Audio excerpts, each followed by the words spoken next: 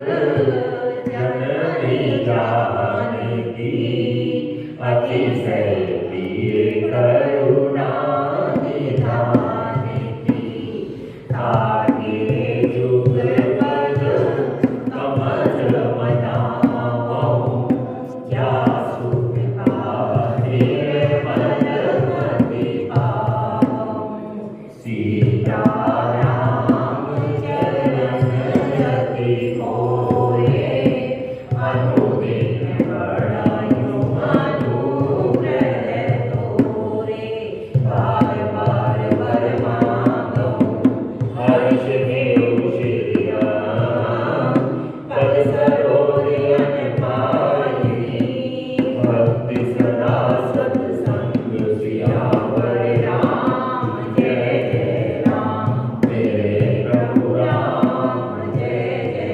राम करो कल्याण सीताराम प्रणवो पवन कुमार हरवन पावक ध्यान धन जासु हृदय आगार बसई राम सर चार घर बोले हनुमान जी महाराज की जय पूज्यपाद गोस्वामी तुलसीदास जी महाराज की जय सद्गुरु भगवान की जय जय श्री राम जय श्री मानस में बिल्कुल अंतिम पड़ाव पे पहुंचते जा रहे हैं। उत्तरकांड में गोस्वामी जी काकभूषुंडी जी के माध्यम से कलयुग का जो वर्णन किया उसको कल हम लोगों ने देखा कि किस तरीके से यहाँ पर सब तनु पोषक हो जाएंगे, बस अपना ही तन की पूर्ति हो और दूसरे की निंदा होगी और यहाँ कोई धर्म रह ही नहीं जाएगा। और निंदा के लिए तो गोस्वामी जी ने अपने आगे भी आएगा मानस श्लोक में कि निंदा को तो कहते हैं कि जो निंदा करता है उसको अगले जन्म में चमगादड़ का जन्म मिलता है।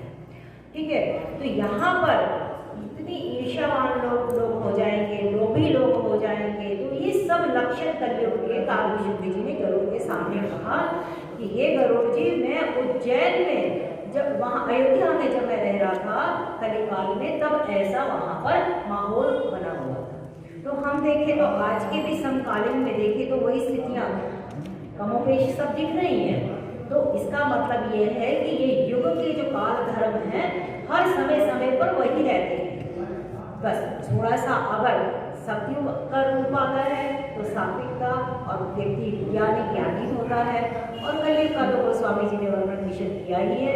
लेकिन जब इतना वर्णन कर चुके, और एक चीज और भी है कि जब पहले अंधकार की चर्चा हो जाए तो उसके बाद ही प्रकाश की कीमत पता चलती है।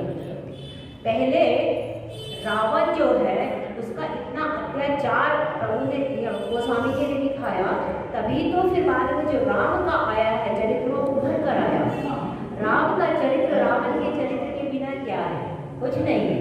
तो इसीलिए पहले रात होती है, रात होने के बाद ही जब सूर्य उदय होता है तो उसकी महिमा भी प्रकट होती है। तो जब इतने कलयुग की चर्चा कर ली है तो काकभूषुंडी जी गरुड़ जी को कहते हैं कि सुनो प्यारी काल कली मलया गुणिया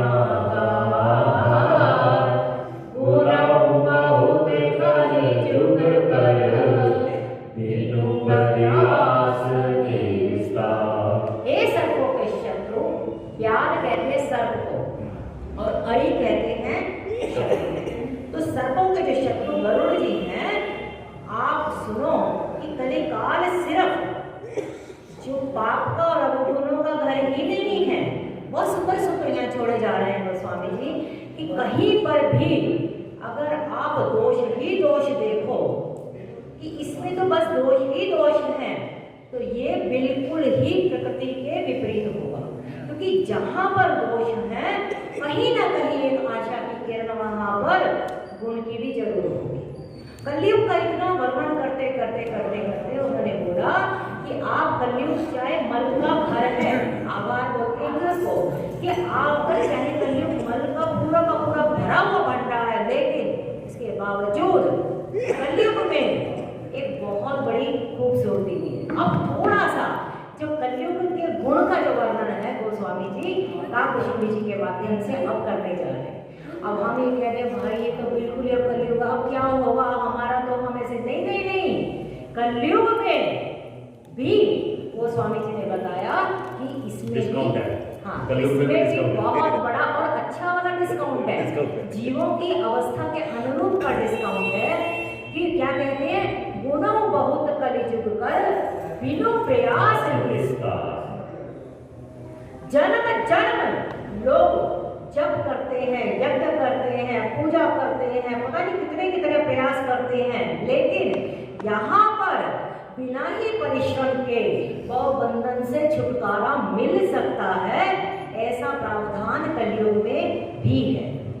तो एकदम गरुड़ जी को उत्सुकता हुई कि क्या है ऐसा जो इतना, इसे बहुत कलयुग में भी जो हमें बचा लेगा, तो ऐसा क्या है। तो गोस्वामी जी क्या कहते हैं काकभुषुंडी जी के द्वारा,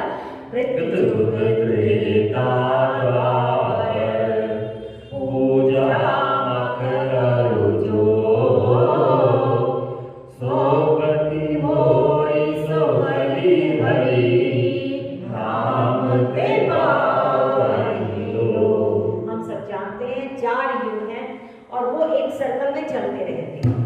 और यहाँ पर उन्होंने बताया कृत्य युग मैंने जो सतयुग है, कृत्य युग में क्या है, योग होगा। ये जो 3 पहले के दिए, कृत्य युग, त्रेता और द्वापर, और पूजा मख और जोग। कृत्य युग जोग के साथ है, त्रेता मख के साथ है और द्वापर पूजा के साथ है। कृत्य युग मैंने सतयुग के अंदर लोग जो हैं योगी होंगे, ज्ञानी होंगे, विज्ञानी होंगे, वहां पर झूठ का कोई काम ही नहीं है। वहां सत्व गुण जो है पूर्ण रूप से एकदम चरम सीमा पे रहेगा। तो उस युग का प्रधान जो गुण है वो सत्व गुण है। पर ऐसा नहीं है कि वहां पर वो नहीं होगा, तामस नहीं होगा, वहां रजोगुण नहीं होगा, वहां होगा लेकिन उसकी मात्रा कम होगी। लेकिन त्रेता आते आते थोड़ा थोड़ा सत्व गुण की थोड़ी कमी हो जाएगी और थोड़ा सा रजोगुण बढ़ना शुरू हो जाएगा। वहां पर लोग जो हैं कहते हैं कि अब वो मख मैंने यज्ञ करना शुरू कर देंगे, हवन करना शुरू करेंगे। तो यज्ञ की जो परंपरा है वो हमारी त्रेता युग की परंपरा है। यहाँ पर ये जो बताए हरि को पाने के 4 यहाँ पर बताए गए हैं जो साधन हैं, उन साधन में पहला साधन तो योग और ध्यान का, या जो योगी लोग हैं सतयुग में, और त्रेता के अंदर यज्ञ करना। अब हम सब जानते हैं कि भगवान राम का भी जो जन्म हुआ है वो भी यज्ञ के द्वारा ही हुआ। तो परमात्मा की प्राप्ति यज्ञ के द्वारा हुई है, तो वो उसका प्रधान धर्म है यज्ञ करना। और कली में भी अगर हम यज्ञ करते हैं और हरि को समर्पित करके करते हैं तो समझो हम त्रेता युग में उस समय जी रहे हैं। ऐसे ही द्वापर आया, द्वापर आते आते सत्व थोड़ा नीचे हो गया, रजोगुण और जो उभरा था उसको भी थोड़ा सा नीचे हुआ, और अब धीरे धीरे रजोगुण और तमोगुण जो है वो बराबर बराबर अवस्था में आ गए। हमने देखा है त्रेता युग में एक अगर प्रॉपर्टी के ऊपर भी कोई युद्ध हुआ है तो वहां पर उसको त्यागने के लिए दोनों भाइयों में कोई होड़ लगी हुई है कि भरत जी कहते हैं मैं इसे स्वीकारूंगा नहीं, और राम कहते हैं मैं इसे नहीं, मैं अपने पिता का वचन पालन करूंगा। ये सब जो लक्षण है त्याग की जो वृत्ति है ये त्रेता युग के और सात्विक भाव के लक्षण है। लेकिन द्वापर आते आते वही प्रॉपर्टी कितनी लड़ाई का कारण बन गई, और जिसके कारण महाभारत हमें देखा। लड़ाई बिना तमोगुण की प्रवृत्ति के नहीं हो सकती है, तो इसलिए द्वापर के अंदर जो प्रधान गुण रहा सत्वगुण नीचे हो गया, रजोगुण थोड़ा सा रहा, लेकिन तमोगुण की भी मात्रा अधिक बढ़ती चली गई। तो वहां का जो प्रधान बताया गया, वहां पर पूजा जो है, पूजन करना, इष्ट का पूजन करना, प्रभु का पूजन करना, वो प्रधान अंग बताया गया द्वापर के अंदर। जीव हरि को पा सकता है इष्ट पूजन करके। लेकिन अब रहा कलयुग। कलयुग में सत्व तो बिल्कुल ही नीचे लेवल पे आ गया, रजोगुण भी थोड़ा थोड़ा नीचे आया, लेकिन जो तमोगुण है अब वो प्रधान गुण बन गया। कलयुग का प्रधान जो गुण है वो तमोगुण है। अगर यहाँ पर सब जीव तमोगुणी प्रवृत्ति में दिखते हैं तो हम ये समझ सकते हैं शास्त्र के न्याय पे कि इस समय उसको कली का जो धर्म है, कली का जो गुण है, वो अब उस पर प्रभावित हो चुका है। क्योंकि यहाँ पर वो स्वामी जी कहते हैं कि ज्ञानी मोड़ न कोई, यहाँ पर जो जही जस करहि सो तस तेहि छन। जब नारद जी की कथा पार्वती ने सुनी तो शंकर जी को पूछती हैं कि का अपराध रमापति की ना, क्योंकि नारद गुरु हैं उनके पार्वती जी के, तो पूछती हैं मेरे गुरु तो कोई अपराध कर ही नहीं सकते, रमापति ने क्या अपराध करा है कि उन्होंने ऐसा श्राप दिया देना पड़ा। तो ये गुरु भक्ति कहलाती है। अपने गुरु की इतनी समर्पित भाव होना चाहिए कि उनके लिए कोई भी कुछ कहे तो उसको सुनना नहीं चाहिए। तो वहां पर भगवान शंकर हंसते हुए कहते, बोले भी हंसी महेश ज्ञानी मोड़ न कोई। हे पार्वती, इस जग में यहाँ पर कोई ना तो ज्ञानी है और ना ही कोई मूर्ख है। क्यों? जिसको रघुपति जिस समय जैसा वर्तन कराना चाहते हैं सो तस तेहि छन हो, वो वैसा उस समय वर्तन करना शुरू करता है। कोई व्यक्ति क्रोधी भाव में बैठा है, इस समय क्रोध कर रहा है, तो समझ लेना चाहिए कि क्रोध को चांडाल कहा गया है कि इस समय कलयुग का उस पर पूर्ण प्रभाव है और वो व्यक्ति बेसिकली दयनीय स्थिति में है, उसके ऊपर पहले ही तमोगुण की मार पड़ रही है। अब तो प्रभु से उसके लिए प्रार्थना करनी चाहिए। लेकिन अस विवेक जब दई विधाता, आसान नहीं है कहना। क्रोध में व्यक्ति बड़े बड़े, क्योंकि सुग्रीव ने कहा है ना, घोर क्रोध तब निसी सो जागा। घोर क्रोध जो है अंधकार रूपी रात्रि है, उसमें जो जाग जाए बहुत मुश्किल है कहना। ये क्रोध एक आवेग आता है और उस आवेग में क्या क्या हो चला जाता है पता नहीं चलता। तो समझे उसमें कि उसमें कलयुग का पूर्णतः प्रभाव है। तो कलयुग में गोस्वामी जी काकभूषुंडी जी के द्वारा कह रहे कि जो पूजा से, यज्ञ से, योग से द्वापर, त्रेता और कृतयुग में गति मिलती थी, जो गति होई सो कली हरि नाम ते पाई लो। ये सब जो गति उनको उसमें मिलती है, उन सब कर्मों में नाम का जो हरि नाम यहाँ ले लेगा कली काल में, उनको भी वही गति मिलेगी। क्यों?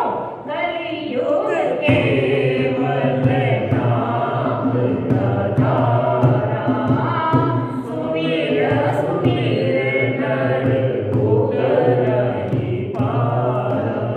प्रभु जानते हैं कलियुगी जीवन है ना, तो उनकी आयु होगी, लिखा है ना कि 5 और 7 वर्ष की पच संपत दशा रहेगी उनकी। आयु में ज्यादा होगी नहीं, धैर्य उनमें ज्यादा होगा नहीं, बैठने की तपस्या करने की इतनी शक्ति भी नहीं होगी। वृत्ति उनकी अन्न कमाने में और अन्न खाने में ही लगी रहेगी, अपने को सजाने में रहेगी। कहाँ इतने इतने घंटों की ये पूजा और यज्ञ और ये सब ध्यान कर पाएंगे। बस किसी भी समय कैसे भी जो हरि का नाम लेगा उसको ये विशेष डिस्काउंट मिला है कि उनको भी परमात्मा की तरफ अपने आप ही गति हो जाए। इसीलिए जितना नाम जपते हैं, इसीलिए चैतन्य महाप्रभु ने इतना सबको प्रेरित किया कि बस नाम जपो, नाम जपो। तभी उन्होंने हरे कृष्ण कृष्ण कृष्ण हरे हरे, हरे राम राम राम हरे, यही महामंत्र उन्होंने सबको जपवाया कि किसी भी तरीके से बस नाम मुंह पे आ जाए और जीव का कल्याण हो जाए। यहाँ काकभूषुंडी जी कहते कि हे गरुड़ जी, यहाँ पर कलियुग को मारण मंत्र सिर्फ एक यही है कि प्रभु का नाम लिया जाए। कृत जोग सब जोगी विज्ञानी, कलि हरि ज्ञान करहि भवगानी। कृत जोग में माना सतयुग में जितने भी सब लोग होंगे वो योगी होंगे। प्रभु से योगी में जुड़ जाना, योग कहते हैं ना, इतना जमा इतना, ये योग होता है। किसी से जुड़ जाना वो योग होता है। जुड़ना का मतलब उससे हर समय हर चीज में उससे अपने आप को जोड़े रखना। जिस समय हम लोग उससे प्रभु से जुड़े हुए हैं तो समझो हम उससे समय योग कर रहे हैं, और जितना समय हम नहीं जुड़े हैं तो समझो वो हमारा वियोग है। वियोग में नहीं, उल्टा हो जाएगा, तब हमको वियोग हो गया। और अगर हम उससे जुड़े हैं और जुड़े रहने में, अब परमात्मा के साथ हर समय तो शरीर से हम नहीं जुड़े सकते ना, उससे तो भाव से ही जुड़ा जाएगा, क्योंकि भाव के वश में है भगवान। गोपियों ने भी तो भाव के वश ही का, उन्होंने बोला ना ये शरीर तो इस संसार को चाहिए, तो ठीक है हम यहाँ पर, लेकिन कहते हैं कि सारी की सारी गोपियों की जितनी आत्मा थी भाव रूप में, वो सारी की सारी कृष्ण के चरणों में चली गई। तो परमात्मा भाव के भूखे हैं। हम कहीं भी रहें, अगर हम उसके ध्यान में बैठे हैं, उसकी याद में बैठे हैं, तो समझो हम उस समय उसके साथ योग में बैठे हैं और सतयोग में बैठे हैं। ध्यान बन गया उसका, लो आ गई तुम्हारी याद, वो नहीं आई। बेटा अगर अमेरिका में बैठा हो तो शरीर से तो वो नहीं है, लेकिन अगर उसका ध्यान वहां पर लगा हुआ है हमारा कि मेरा बच्चा क्या कर रहा होगा, मेरे बच्चे का भी कैसा हाल होगा, तो हम उसके साथ उस समय योग में हैं। ऐसे ही परमात्मा की लीला में, उसके नाम में, उसके धाम में, उसके रूप में अगर हमारा मन निमग्न हो जाता है तो हम उस समय योग में बैठेंगे और प्रतियोग में बैठेंगे। ये सब मानस के आधार पे हम कह सकते हैं। और कहते हैं कि उस समय करी हरि ध्यान तरहि भव प्राण। उस समय प्रतियोग में लोग ध्यान करते थे। अभी देखो बच्चों को भी हम बोलते हैं ना, बेटा ध्यान से पढ़ो, ध्यान से काम करो, तुम ध्यान से रसोई बनाओ। अब अगर जो व्यक्ति अगर ध्यान से नहीं करता है तो उसका कुछ ना कुछ गड़बड़ हो जाता है। ऐसे ही जीव के लिए भी अगर परमात्मा का वो ध्यान करे तो पूर्णतः उसमें डूब कर करता है तो उसका योग बन जाएगा।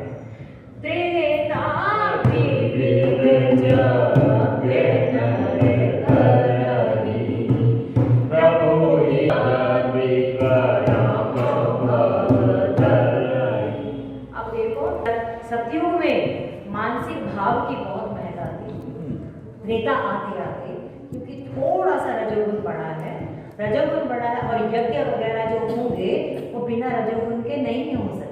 सामग्री लानी है, बहुत सारी क्रियाएं करनी है, तो कर्म उसमें बहुत ज्यादा, जहां पर भी कर्म की प्रबलता ज्यादा है तो समझो वहां पर रजोगुण होगा ही होगा, क्योंकि बिना रजोगुण के कर्म नहीं हो पाता।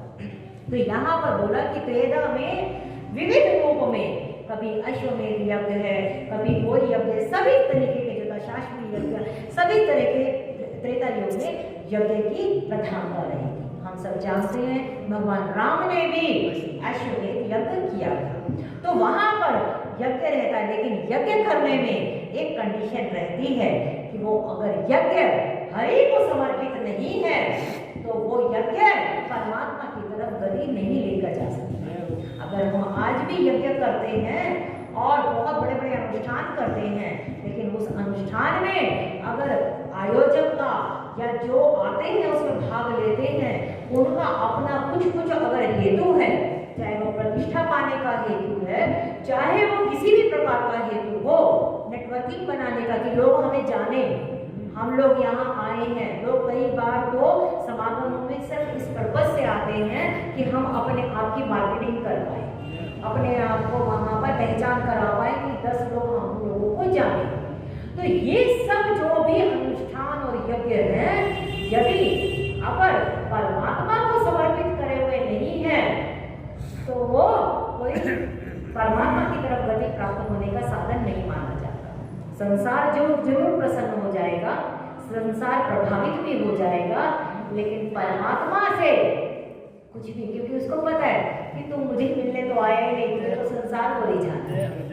संसार तेरे को नोटिस करे वो कर लेगा, जो उसका फल मिलता है, हर कर्म का फल मिलता है, संसार नोटिस कर लेगा। परमात्मा कहेगा ठीक है, तेरे को जिससे पहचान करा दी थी वो कर ली, अब तू अपने रास्ते जिसको जो चाहिए वो तुम्हें मिल गया। बात बताओ, जय ही पर जय ही के सत्य सनेहु, सो तेहि मिलहि न कछु संदेह। इस संसार में कहते हैं जिसको जिस पर स्नेह नहीं, सत्य स्नेह, जिस सही में जिसको जो चाहिए उसको यहाँ संसार में सब मिलता है। और परमात्मा देता है, देर बदेर देता है। बस बात ये है हमें चाहिए क्या? हमें परमात्मा चाहिए? मजबूर साहब कहते हैं कृष्ण चाहिए मजबूर, कृष्ण की फौज नहीं। क्यों? कृष्ण अर्जुन ने मांगा था, हम सब जानते हैं युद्ध होने वाला था, और युद्ध होने वाले समय में अर्जुन और दुर्योधन दोनों ही कृष्ण के पास गए। कृष्ण के पास गए हैं तो दुर्योधन से आने बैठ गया, क्योंकि वो तो राजपुत्र है, राजा है भाई, उसकी तो बात अलग थी, अहंकार था, वो सिराने बैठा है। कृष्ण के जो चरण थे उसमें अर्जुन जाकर बैठ गए। तो जैसे ही आंख खुलती है तो हम सब जानते हैं कि रीहा पहले सामने चरणों की तरफ ही जाती है। तो भगवान कृष्ण ने जब देखा कि अर्जुन है तो बोले अर्जुन बताओ तुम किस हेतु से आए? तो दुर्योधन कहने लगा कृष्ण पहले मैं आया हूँ, पहले प्रश्न का अधिकार मेरा बनता है। तो उन्होंने कहा तो ठीक है, मैंने तुम्हें नहीं देखा क्योंकि तुम यहाँ मेरे सिरहाने के उधर बैठे। तो उन्होंने कहा कि पूछो, तुम ही पूछो क्या चाहिए? आपको मालूम है युद्ध होने जा रहा है और बहुत बड़ा युद्ध होने जा रहा है, मैं आपकी मदद लेने आया हूँ। तो उन्होंने बोला हाँ बोलो, जो मैं कर सकता हूँ वो मैं करूँगा। तो उन्होंने बोला कि मुझे आपकी नारायणी सेना चाहिए। 18 अक्षौणी सेना थी। भगवान ने कहा ठीक है, बहुत अच्छी बात है, मेरे जो वश में है मैं दूंगा। तो आज से नारायणी सेना तुम्हारी तरफ। अर्जुन से पूछा अर्जुन तुम्हें क्या चाहिए? उन्होंने कहा प्रभु मुझे कुछ नहीं चाहिए, मुझे तो सिर्फ तुम चाहिए।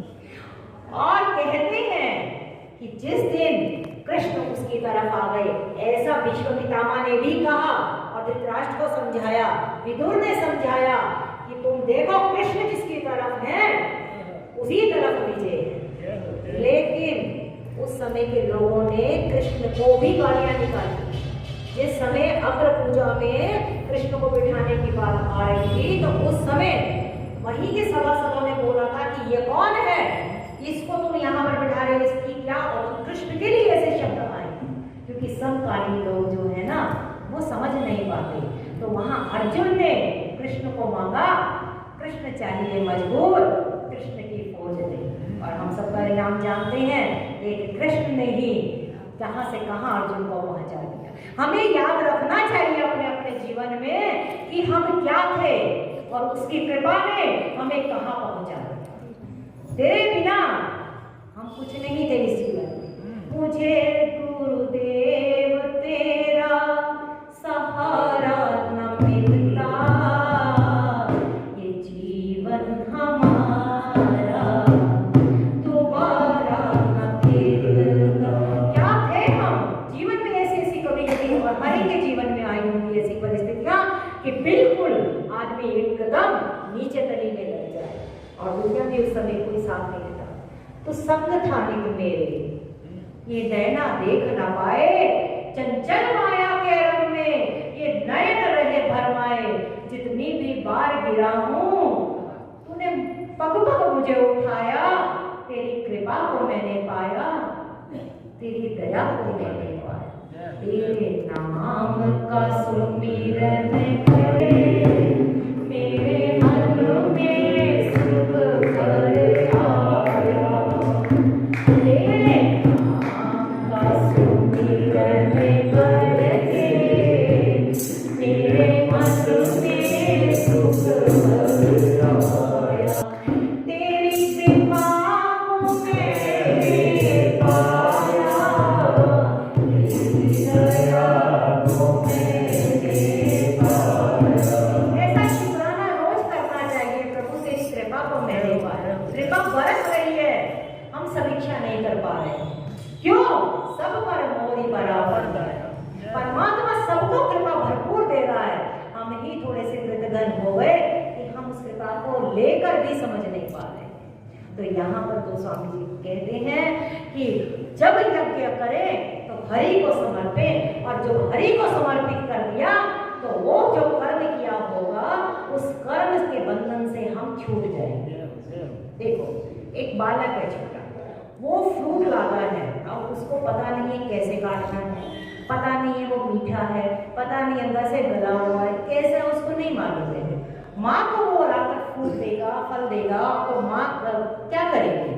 जो फल को काटेगी तो जो गला गला पोर्शन होगा उसको हटा देगी, बच्चे को साफ सुथरा फल ही खिलाएगी। ऐसे ही हमारे कर्म में कितने दोष होंगे हमें नहीं पता। सत्कर्म करने के लिए भी, सत्कर्म करने में भी बहुत सारे दोष आ जाते हैं। इसीलिए शास्त्रों में लिखा है जब सत्कर्म की पूर्ति होती है तो 3 बार हरि नमः हरे नमः हरे नमः बोलना पड़ता है, ताकि जो हमारे जाने अनजाने में किए पाप हैं वो सब क्षमित हो जाए।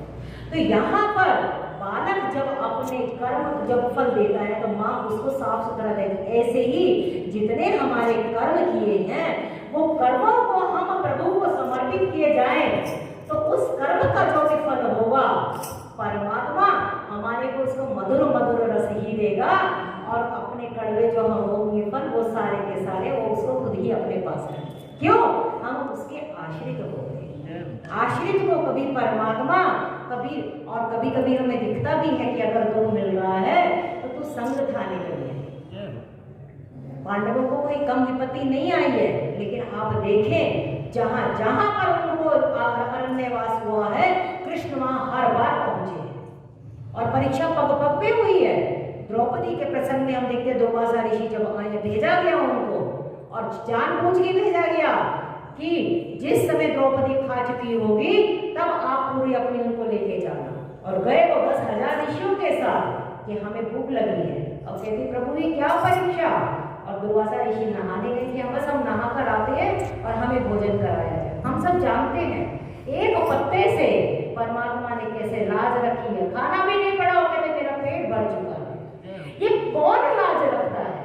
हम लोगों को भी जीवन में आई परिस्थितियों से कौन बचाता है? कोई अनजाना हाथ हमें बचा रहा होगा। क्यों? बिनु पद चलाई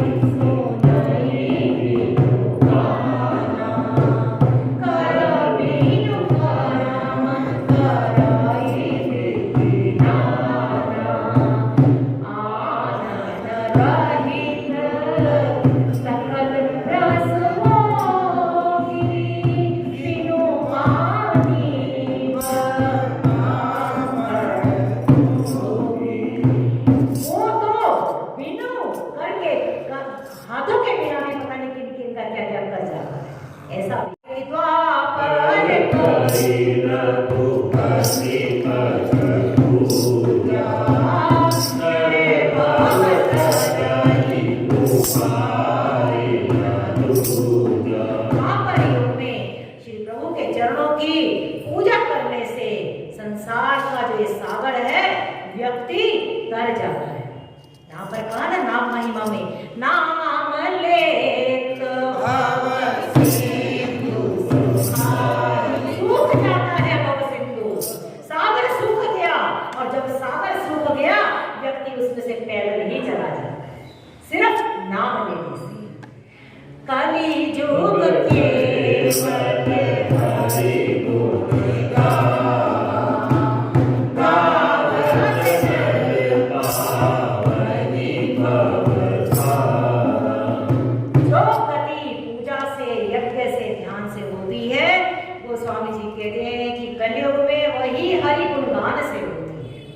देखो भाई ज्ञान कितना समय में समाये, ज्ञान कितनी देर टिका रहे इसका कुछ भी पक्का नहीं।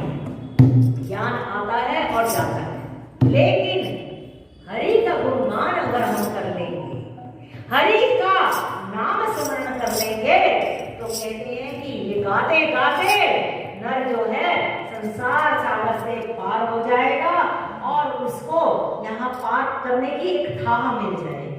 क्योंकि हर दिल जो प्यार करेगा वो गाना गाएगा, जाना जाएगा। हर दिल जो प्यार, स्वामी रामतीर्थ कहते थे इन दिमागों में भरे हैं लच्छे, हमें पागल ही रहने दो, हम पागल ही अच्छे, क्योंकि दीवाने हो चुके हैं। जो दीवाना होगा वो अपनी मस्ती में कुछ भी गाता रहेगा। तो हमें वो प्रभु के नाम की ऐसी मस्ती चढ़ जाए, ऐसी प्रभु कभी कृपा करते तो आनंद ही आनंद है। फिर हमारे लिए भव सिंधु एकदम सूखी डगर हो जाएगी, कुछ लगेगा ही नहीं। जो मस्तियां चल रही है प्रभु तू ही करवा रहा है। एक चीज बताओ, जो क्रिकेटर अगर क्रिकेट खेल रहा होगा बॉलर आता है उसकी निगाह बॉलर पे रहती है, ठीक है, उसको पता है कि ये मेरी बॉल आई है और इस पे मुझे छक्का मारना है। इस संसार में भी यहाँ पर लोग सब हमें आउट करने के लिए सब लोग खड़े हैं, बॉल मारे जा रहे हैं, और जो अच्छा बैट्समैन होगा उसी पे ही वो छक्का मार जाता है। इसीलिए संसार में नाम की हम एक बैट लगाए तो यहाँ पर भी हम इस संसार सागर से पार हो जाएंगे, ऐसा काकुशुंडी जी गुरु जी को बता रहे। और कली जोग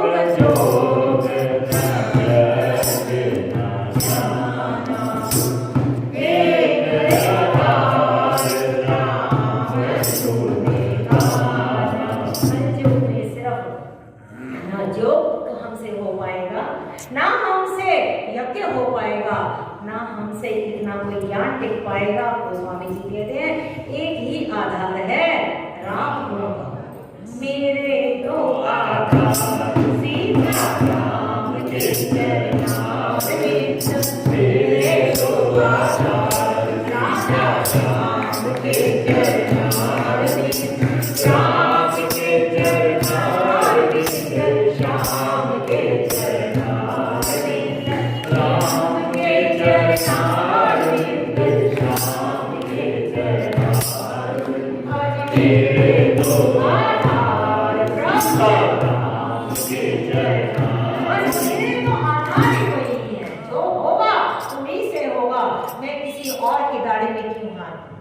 राम जी कहते ना अपने प्रवासियों को, मोर दास कहाई न आशा, तू अपने आप को मेरा दास कहलाता है तो उदास क्यों होता है?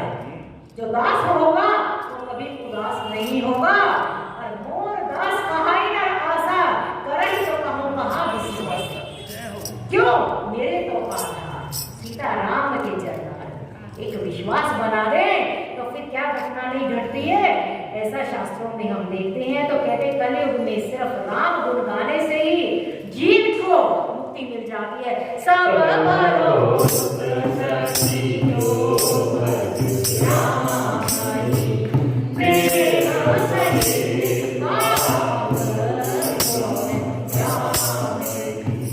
कंडीशन क्या लगाई?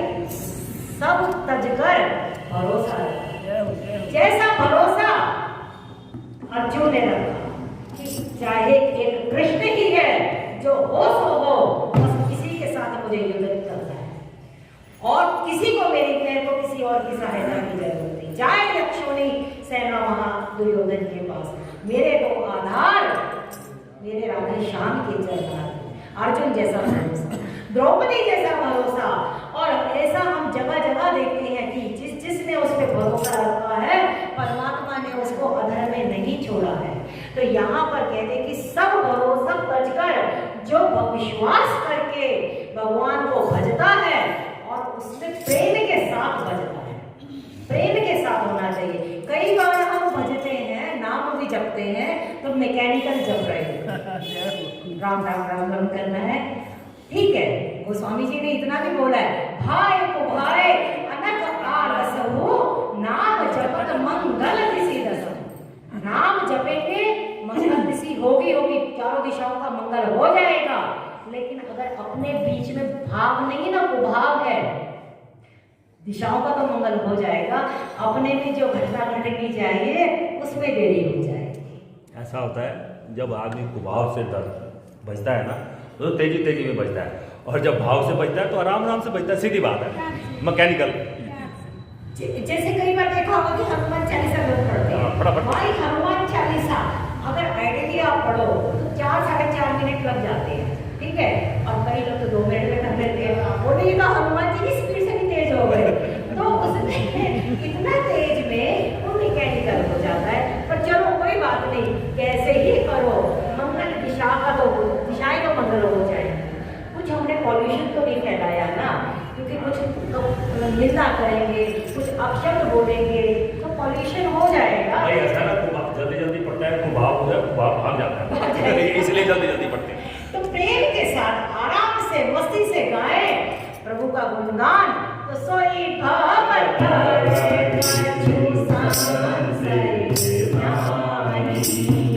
नाम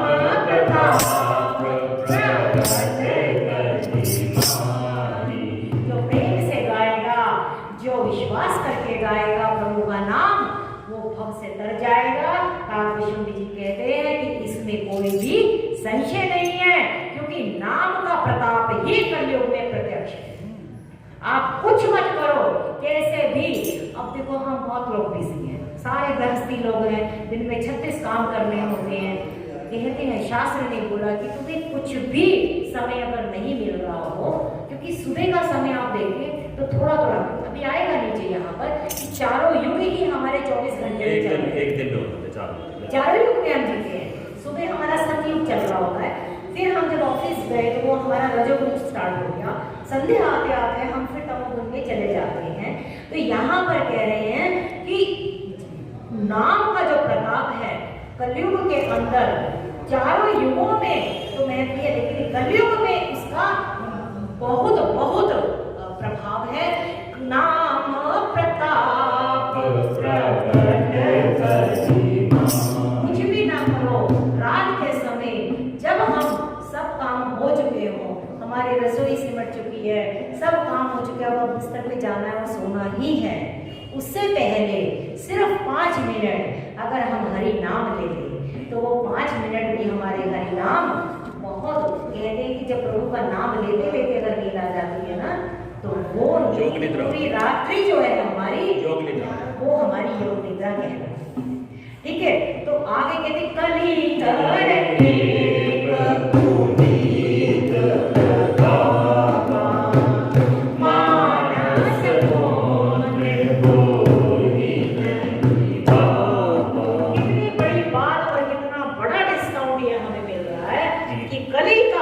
एक और महत्वपूर्ण गुण है। पहला गुण तो नाम, और दूसरा क्या, इतना प्रताप है, पवित्र प्रताप है, क्या मानस पुण्य हो ही नहीं पाप। मानस मैंने मन में आप किसी के लिए शुभ विचार करो, शुभ सोचो, उसका आप क्योंकि कर्म जो होते हैं ना सिर्फ हमारे हाथों से या पैरों से शरीर से कर्म नहीं होते, कर्म हमारे मन के भी माने जाते हैं, मानसिक भी है। तो मन के अंदर आप किसी का शुभ विचार करो, किसी के लिए अच्छा सोचो, उसका पुण्य आपके खाते में जुड़ता चला जाएगा। बुरा सोचो तो नहीं मिलेगा। नहीं, अगर बुरा सोचते हैं करते नहीं, जब तक करते नहीं हो, हाँ, जब तक वो हमारा जो मानस में किया हुआ पाप, किसी के लिए गंदी बात सोची है, किसी के कुछ ऐसा सोचा, जब तक हम उसको क्रिया में नहीं लेकर आते, जब तक प्रैक्टिकल नहीं करते, जब तक नहीं लेकर आते तो मन में कुछ भी हो, क्योंकि परमात्मा जानता है कलयुग है, मन काल भी मलिन है तो मन भी मलिन है, मन में आएंगे ही ऐसे विचार। कितनी रिलैक्सेशन प्रभु दे देते हैं, तो वहां पर किया हुआ विचार उसका पाप नहीं लगेगा जब तक कि उस क्रिया को आप मन में। अब इसके अंदर एक और फाइन ट्यूनिंग है, क्या मन में किसी के लिए द्वेष आ गया, भाई द्वेष आते आते आंखों की जो पुतलियां बदलनी शुरू हो जाती है।